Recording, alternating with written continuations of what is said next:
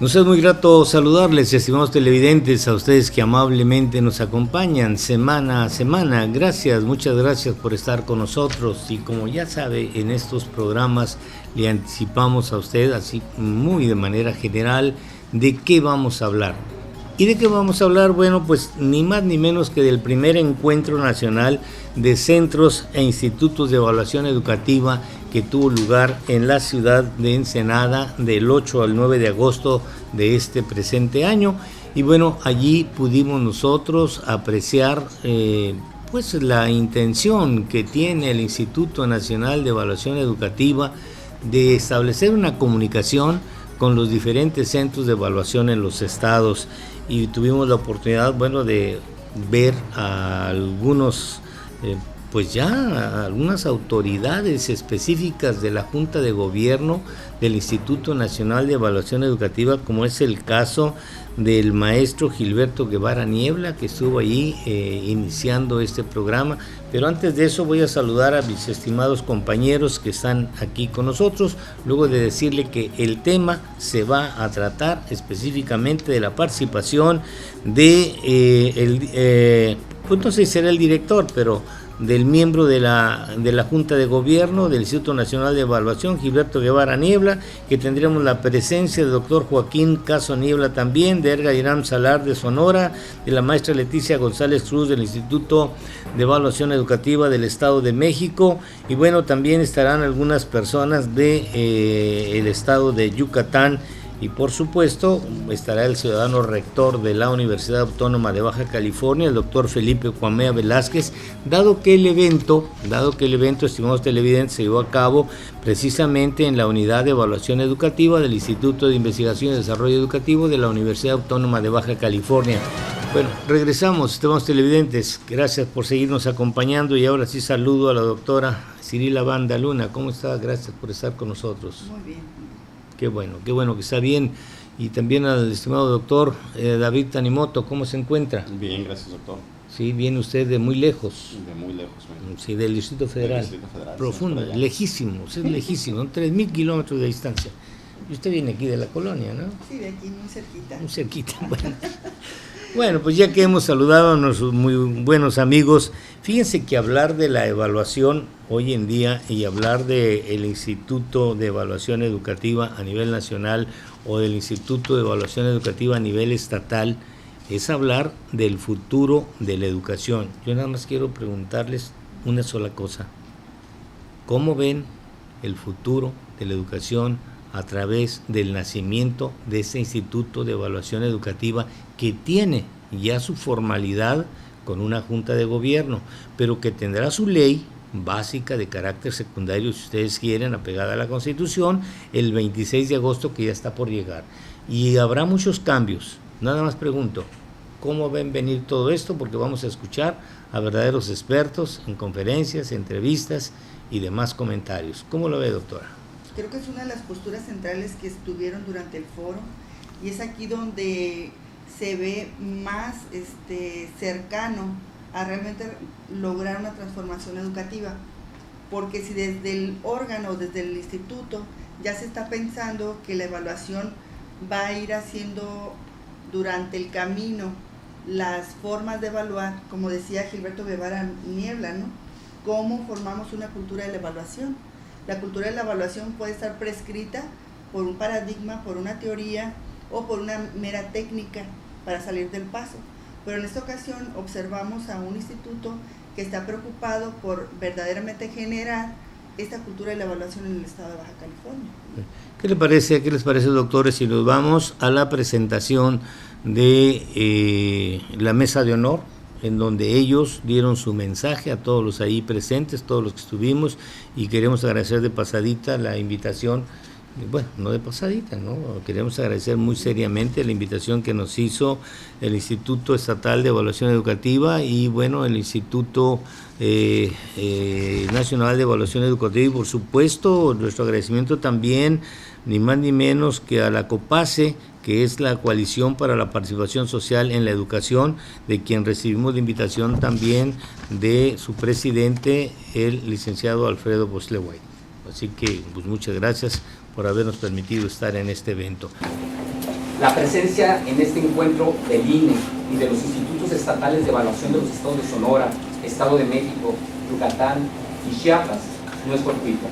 Su participación nos permitirá dialogar e intercambiar experiencias y perspectivas en esta materia, que seguramente repercutirá en la forma de concebir la evaluación educativa en la entidad y en la forma de relacionarnos universidad, gobierno y sociedad civil en torno a este tema. El sistema educativo estatal, el Instituto Nacional para la Evaluación de la Educación y la Universidad Autónoma de Baja California firmaron de que en la UABC se creara y operara la unidad de evaluación educativa con el apoyo económico y operativo del sistema educativo estatal y con la asesoría técnica del Instituto Nacional de Evaluación Educativa. Me parece que quienes ya me antecedieron en el uso de la voz han tocado puntos sustantivos, de manera que la ventaja o la desventaja de hablar al último es que ya tocaron temas que pensaba comentar, de manera que mi mensaje sería todavía mucho más breve, cosa que les agradezco. Solamente quiero compartir con ustedes algunas reflexiones. Los temas sustantivos de la educación, pues hay que dejarlo a la discusión de los expertos, que son ustedes, pero también como responsable de los destinos de una institución educativa, pues me interesa compartir algunas reflexiones y ocupaciones como universitario.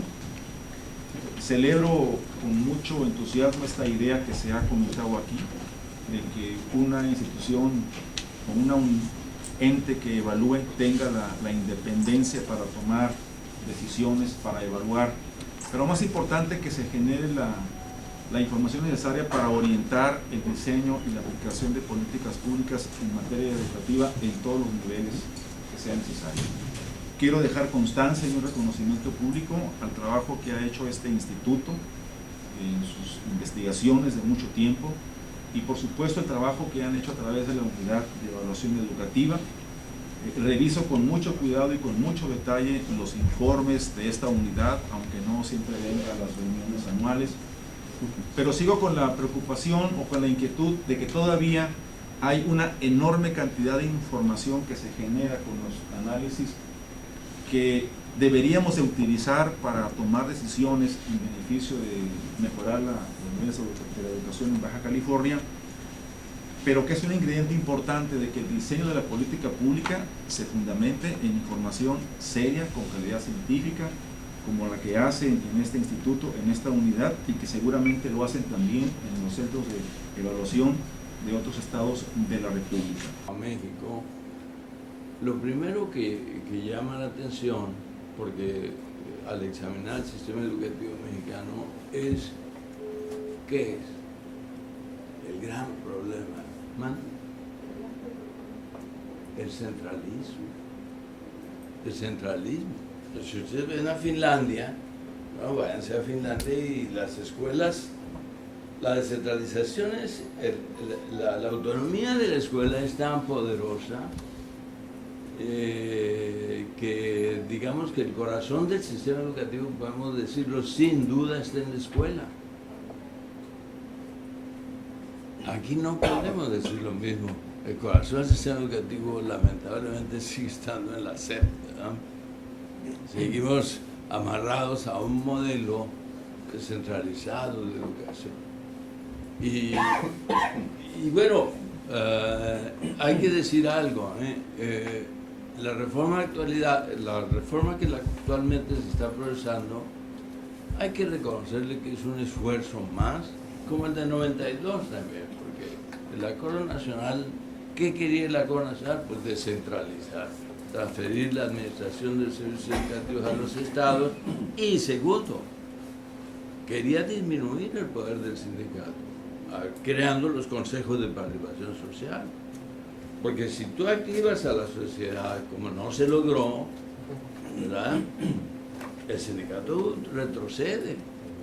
Es decir, el contrapeso era la sociedad y lamentablemente los propios personeros del sindicato actuaron a nivel del Poder Legislativo para, a la postre, dejar en la Ley General de Educación los organismos de participación social como organismos vacíos de poder, no tienen ningún poder. En España el consejo escolar es el que elige al director de la escuela. Bueno, en Estados Unidos, ustedes saben cómo operan en Estados Unidos a través de distritos escolares. La sociedad elige un board, un consejo de educación, ese board elige un superintendente, un manager, digamos, del sistema educativo del distrito. El dinero de dónde sale del impuesto sobre la tenencia, ¿sí? El impuesto sobre la tenencia. Los dueños del terreno son los que están pagando. Esta es una idea magnífica, una idea que nos permite brincarnos de alguna manera el fiscalismo tradicional, digamos. Porque, por ejemplo, en Estados Unidos la ley Morrison de 1862 decidió crear en aproximadamente 25 estados de la Unión universidades, pero entonces ¿cómo lo hizo? Lo hizo a través de donaciones de tierra. Son los Land Grant Colleges. Es decir, el gobierno le dio tierra a California para que creara la Universidad de California. Está explotando esa tierra con el dinero que se ganaba de la explotación de esa tierra. Se creó la que hoy tenemos como Universidad de California, que es una de las más poderosas del mundo, que tiene 8 unidades y que tiene no sé cuántos premios Nobel, ¿verdad? Lo mismo pasó en Arizona, lo mismo pasó en Texas, lo mismo pasó en Cornell, lo mismo pasó en Pennsylvania State, etcétera, etcétera. Un montón de universidades nacieron así. Fíjense qué idea tan bonita. Cuando yo me fui a ver, yo inmediatamente me puse a investigar eso de la era ecologista, ¿cuáles eran los departamentos me estoy desviando de mi charla, pero ahorita les prometo que voy a regresar. Les prometo regresar. Cuando yo me puse a investigar, me di cuenta, fíjense, con el sentido poderosamente empírico y pragmático que tienen nuestros vecinos del norte, del cual lamentablemente nosotros carecemos. Lo que ellos hicieron, ¿cuáles fueron los primeros departamentos? El primer departamento es agricultura. Segundo, economía doméstica. Tercero, industria. Y hasta ahí. O sea, ellos comienzan creando universidades no de base científica como nosotros, como los europeos, una gran base, no. Y sin embargo, lo que ellos hacen, a la postre, lo que han logrado es crear un sistema que no es muy poderoso abajo, pero arriba, en la pirámide, lo que es los estudios de posgrado, después de graduación, es el más poderoso del mundo.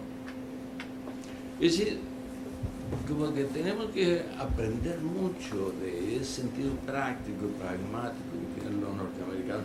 Y claro, también aprender mucho de los mecanismos de transparencia y también de aprender mucho, obviamente, de cómo opera la moral colectiva frente a lo público y lo privado, ¿no? Aquí desconfiamos de lo privado. ¿Y lo público? ¿Qué es lo público? Pues el señor, mi hija, que vivió como 10 años en Europa y regresó, y dijo, mira papá, yo voy a comenzar desde abajo, voy a poner una taquería. Muy bien, le dije, pues aviéntate. Entonces ella se puso a pensar en la Ciudad de México donde podía vender tacos. Y entonces dijo, ya sé, abajo de la torre de Pemex, porque ahí trabajan millones de trabajadores, o decenas de miles. Ahí voy a vender tacos.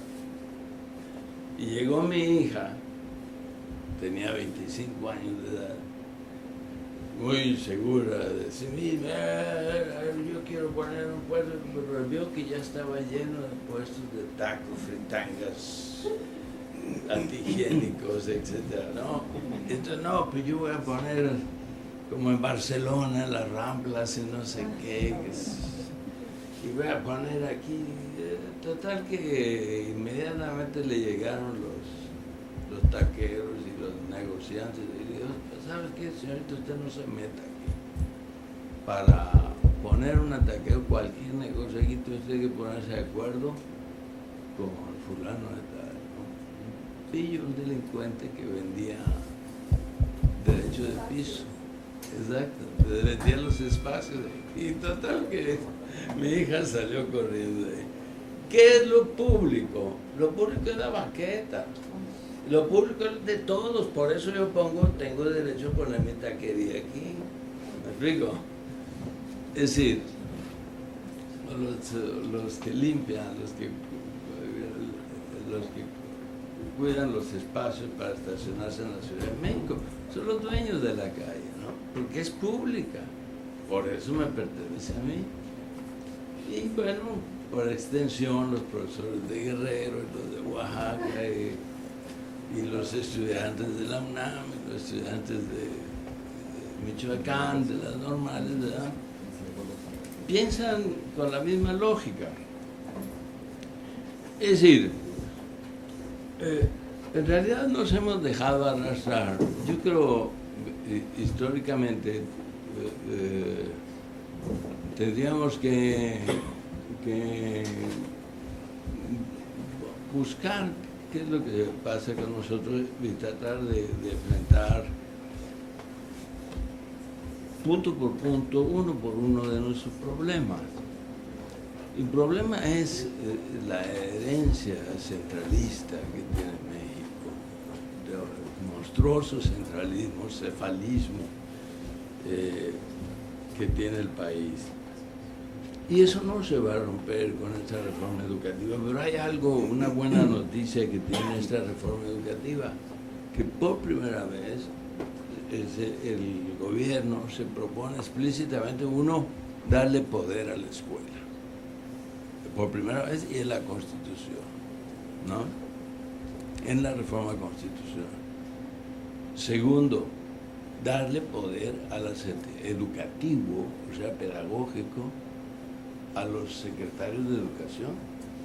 Maestro, pues estábamos ahí en la pregunta de que la evaluación no es nueva, y esto pues ya sabemos que usted lo ha contestado muy claramente, pero el problema es la imbricación que las autoridades sindicales, que las autoridades educativas, que la sociedad en su conjunto, la descomposición social ha venido provocando que no haya un respeto a la evaluación en todas y cada una de las reformas que usted mencionó. Usted mencionó unas reformas increíblemente ciertas, sí, y todas esas cosas que se dieron, pero bueno, la evaluación parece ser un asunto de corrupción. Sí, bueno, no creo eso. O sea, honestamente, no creo. Sí ocurre, por ejemplo, los periódicos difunden, por ejemplo, que los resultados de la prueba enlace se circulan en determinado lugar, sobre todo en los estados más conflictivos, en Guerrero, en Oaxaca, etcétera. Pero hay pocas evidencias de que eso haya ocurrido en realidad, y a veces la Secretaría ha probado que las pruebas que se hacen circular son pruebas de años anteriores, etcétera, etcétera. En la actualidad, el INE ya empezó un proyecto de investigación precisamente para evaluar la prueba enlace y la prueba escale, para ver si es cierto lo que se ha venido diciendo sobre la corrupción con las pruebas, etcétera, etcétera. Rigurosa, ateniéndonos con rigor a los métodos científicos. Ahora, dentro de un año más o menos se van a tener los resultados de esa investigación. Ahora, no hay que incurrir en el pesimismo de que estamos desplomados culturalmente hablando, moralmente hablando, y que no podremos levantarnos. Yo creo que no estamos desplomados. Yo creo que México tiene ciertas cualidades que le han permitido sobreponerse a muchos desafíos y muchos problemas muy difíciles. Es decir, construir la industria, construir las ciudades que tenemos, construir simplemente la infraestructura turística que tenemos, construir Pemex, es una maravilla, ¿no? Sobre todo... ¿Pemex no ha sido causante de muchas cosas? Bueno, sí, Pemex es también causa de muchos problemas, de corrupción, el sindicato, etcétera, etcétera, pero también es una empresa que le está dando ganar a los Estados Unidos mucho dinero. México, el 60% de los ingresos fiscales de México vienen de Pemex. Claro, vivimos de Pemex, somos un país petrolero. Ahora, y educativamente somos un país muy escolarizado y tenemos una escolaridad que ya llega a los 9 grados promedio de todo el país. ¿Con 20 millones de analfabetas, maestro? Sí. No, tenemos aproximadamente 7.8 millones de analfabetas. 8 millones de 7.8. Mire usted, el analfabetismo es algo muy difícil de medir, sobre todo con herramientas modernas, porque lo que a nosotros nos interesa no es quién pueda repetir el alfabeto o quién pueda deletrear una palabra, sino quién entiende el significado de la palabra. Y me temo que si nos vamos al fondo vamos a tener mucho más porcentaje de gente que lee, pero lee mecánicamente, pero que no entiende lo que lee, ¿verdad? Yo creería que algunos jueces y magistrados no entienden lo que leen. Sí, y periodistas también que escriben mal, locutores que cometen errores de ortografía al hablar, etcétera, etcétera. Por ejemplo. Entonces no estamos precisamente en el país ideal, el panorama ideal para, pero hemos construido estas ciudades, tenemos una clase media poderosa, tenemos gente muy capacitada. Fíjese, yo estaba viendo ahorita la migración en términos negativos. Migración a Estados Unidos se ha elevado el nivel intelectual de los emigrantes, pero ocurre que ahora se nos están yendo los doctores. Por supuesto. El 30% de los doctores en ciencias biotecnológicas, etcétera, etcétera, se está yendo a Estados Unidos. ¿Por qué? Porque no hay capacidad para retenerlos. En México les ofrecen trabajo allá nuestros muchachos, los jóvenes que nosotros educamos. Claro. Se van para y nos allá. Regresan a los miserables, a los pobres por miles y miles. Pero entonces por eso vale la pena dar la pelea por la educación. Es decir, yo creo que sí es muy difícil, como Freud lo decía, ¿verdad?, cambiar al hombre. Es muy difícil transformar la personalidad, la moralidad de una sociedad, pero hay que empezar a hacerlo, ¿no? Hay que empezar a empujar en la dirección correcta. Es decir, es deseable que ese cambio se dé, claro, y es deseable que todas las gentes bien intencionadas y ciudadanos responsables con su país empujen, se unan a esta empresa, ¿verdad? Sí. Distinguido maestro, ya para no quitarle más su tiempo, ha estado muy cansado su viaje, muy cansado su esfuerzo. Dígame, ¿cómo le vamos a hacer para resolver el problema de las plazas que se jala el sindicato abiertamente en complicidad con las autoridades? En algunos estados, por ejemplo en el nuestro, los sindicatos estatales, fuera de cualquier evaluación de las comisiones dictaminadoras, tienen derecho al 100%. En el Sindicato Nacional, del Sindicato Nacional de Trabajadores de Educación, CENTE, tienen derecho al 50%. Un 25% son para los de afuera y un 25% son para los de adentro, que tú puedes proponer, pero yo, sindicato, no voy a dejar el 50%. Sí. Vendrá el Instituto de Evaluación del que usted forma parte a acabar con ese agobio de que los jóvenes, de que los estudiantes, de que una sociedad esté recibiendo la imposición de docentes que no están calificados? Bueno, el instituto va a evaluar, va a establecer las bases de los concursos de oposición que van a permitir ingresar a una persona a la carrera magisterial. En fin, eso está por discutirse en las normas que vienen. Por lo que la Constitución ya estableció es hacer un censo de plazas. Y se lo encargó al INEGI.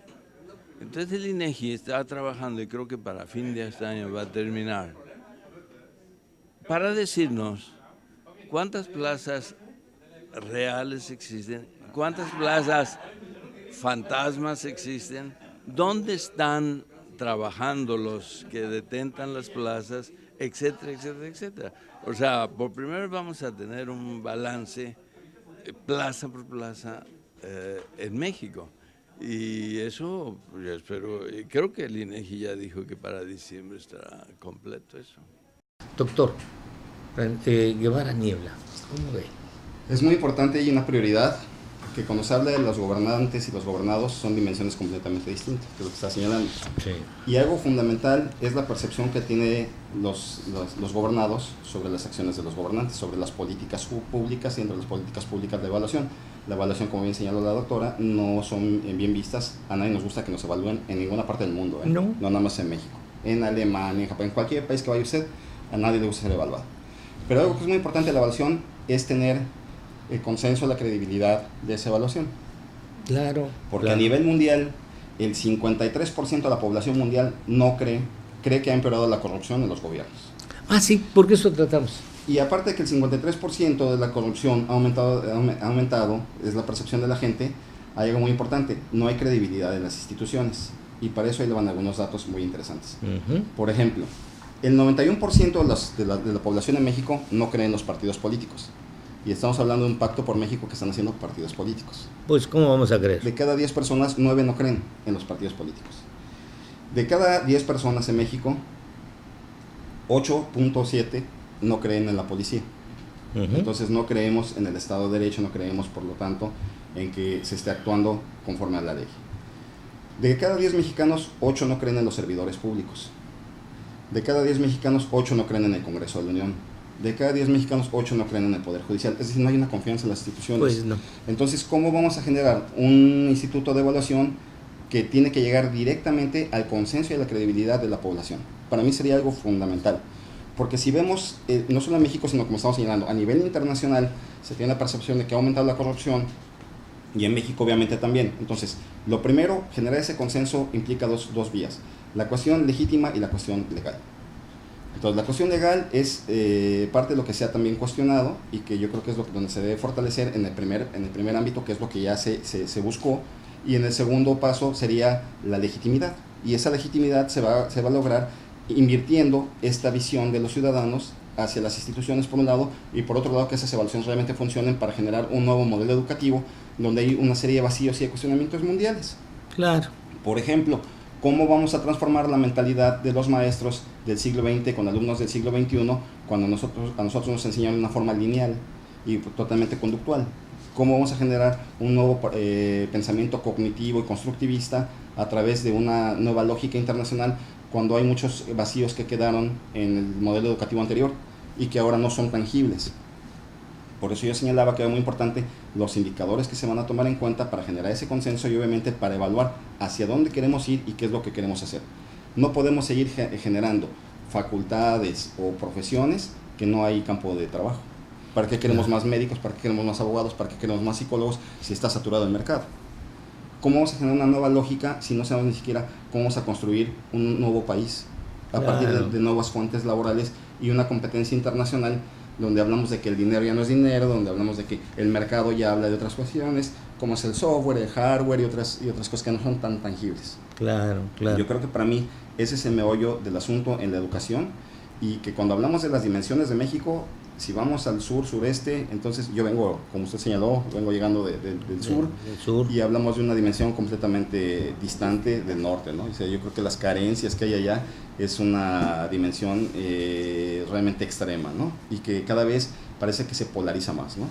Los señores de Sonora sí nos presentaron instalaciones muy modernas que desafortunadamente no se captaron a la hora de hacer las tomas. Así es. Pero sí es cierto, los recursos que invierte Sonora es 40% del presupuesto, doctor, 40%. Ajá. Y aquí en Baja California, ¿sabe cuánto se invierte? 60%. Entonces la diferencia es amplísima, muy amplia. Bueno, vamos a escuchar al de Sonora, dura muy poco, pero vamos a escucharlo y ya usted tendrá más o menos un comparativo. Buenos días, muchas gracias a Joaquín por invitarnos a Alicia, Juan, pues que tenemos el gusto de compartir cada vez que tenemos este convocatorio en la Ciudad de México para las evaluaciones nacionales, que justamente casi es, yo estoy seguro que ustedes en la entidad y en la mayoría de los estados casi nos hemos convertido en entes que trabajamos para los proyectos nacionales, más para los proyectos locales, ¿no? Entonces, pues con el tiempo yo voy a intentar relatarles así de manera muy rápida lo que es el modelo de evaluación de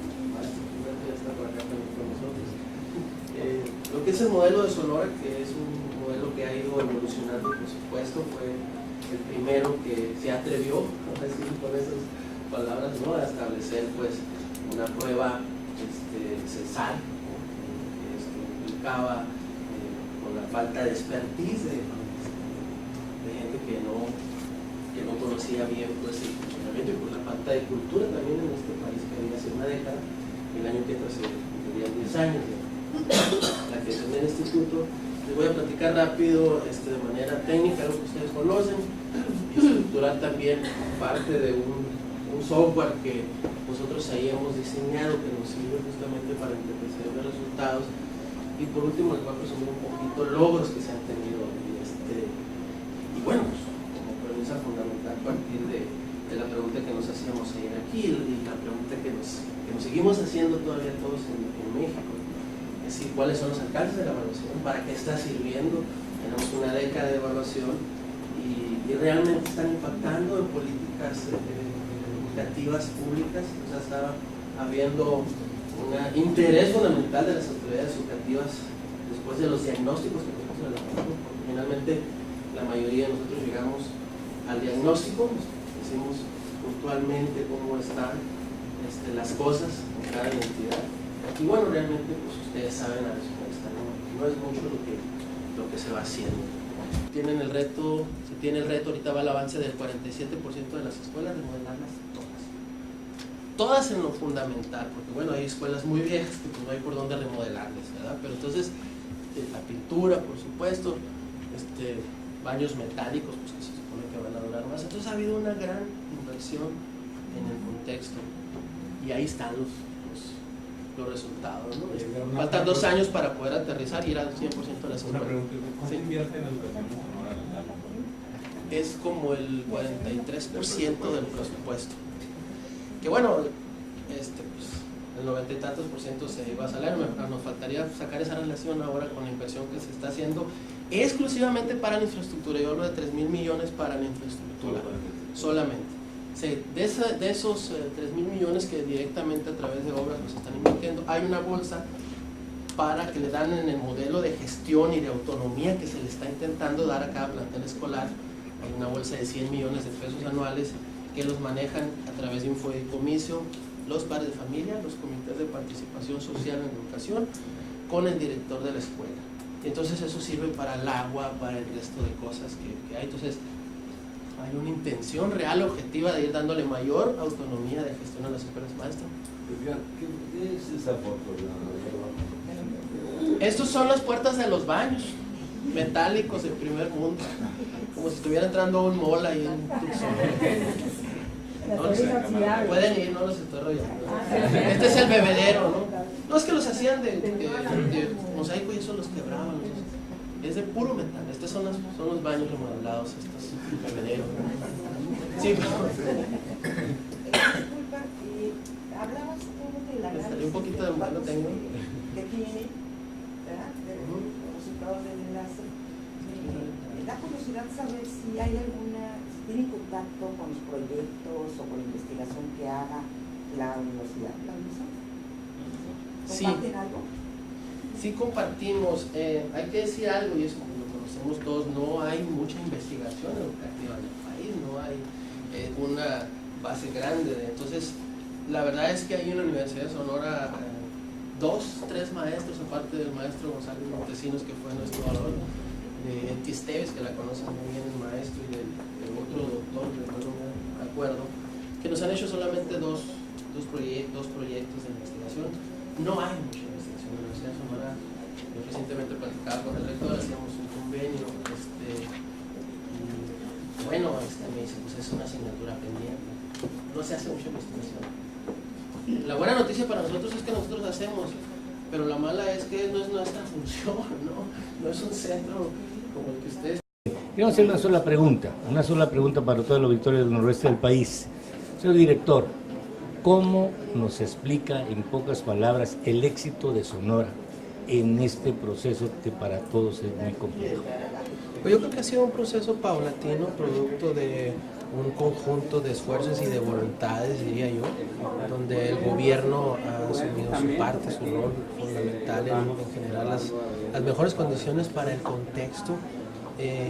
Y desde luego también hay que decir que en el caso específico del magisterio en Sonora, pues hay un gran compromiso por parte de ellos, hay una auténtica vocación y yo diría que también una visión en el sentido de que la evaluación y la cultura de la evaluación ha sido una herramienta que la han utilizado para el proceso de mejora y obtención de una mayor calidad de la educación. Yo diría sintéticamente que esos dos aspectos se han conjugado de manera oportuna, ese compromiso de los maestros, el compromiso de las autoridades, del actual gobernador, que ha invertido una gran cantidad importante de recursos en educación, y bueno, pues eso nos ha permitido estar con buenos resultados y estar obteniendo pues, los primeros lugares, al menos en la prueba de enlace en estos últimos 3 años. Yo agregaría algo más ahí, si me lo permite, director, que los padres de familia jugaron y juegan un papel muy importante. Eso es fundamental porque sin la exigencia, sin ese compromiso que tienen los padres de familia, entender el nuevo rol que tienen que jugar, sin necesariamente ser especialistas, no van a sustituir la visión académica del maestro, sí tener un compromiso adicional de estar revisando de manera oportuna qué tipo de calidad en la educación están impartiendo en las escuelas y tener una exigencia, por supuesto, como lo hacen en otros países más avanzados, y que la exigencia es fundamental. Definitivamente en Sonora está claro que la participación de los padres de familia a través de la Asociación Estatal de Padres de Familia, y que pues bueno, fue uno de los primeros estados también que en el compromiso con la educación se estableció el Consejo Estatal de la Participación Social en la Educación, ¿no? Entonces hay un compromiso claro de los padres de familia. Pues esa es la clave: vocación, compromiso y socialización de la educación en todo sentido. Y transparencia. Muchísimas gracias, señor director. Muy amable. Muchísimas gracias, doctores, por estar aquí. Muy amables.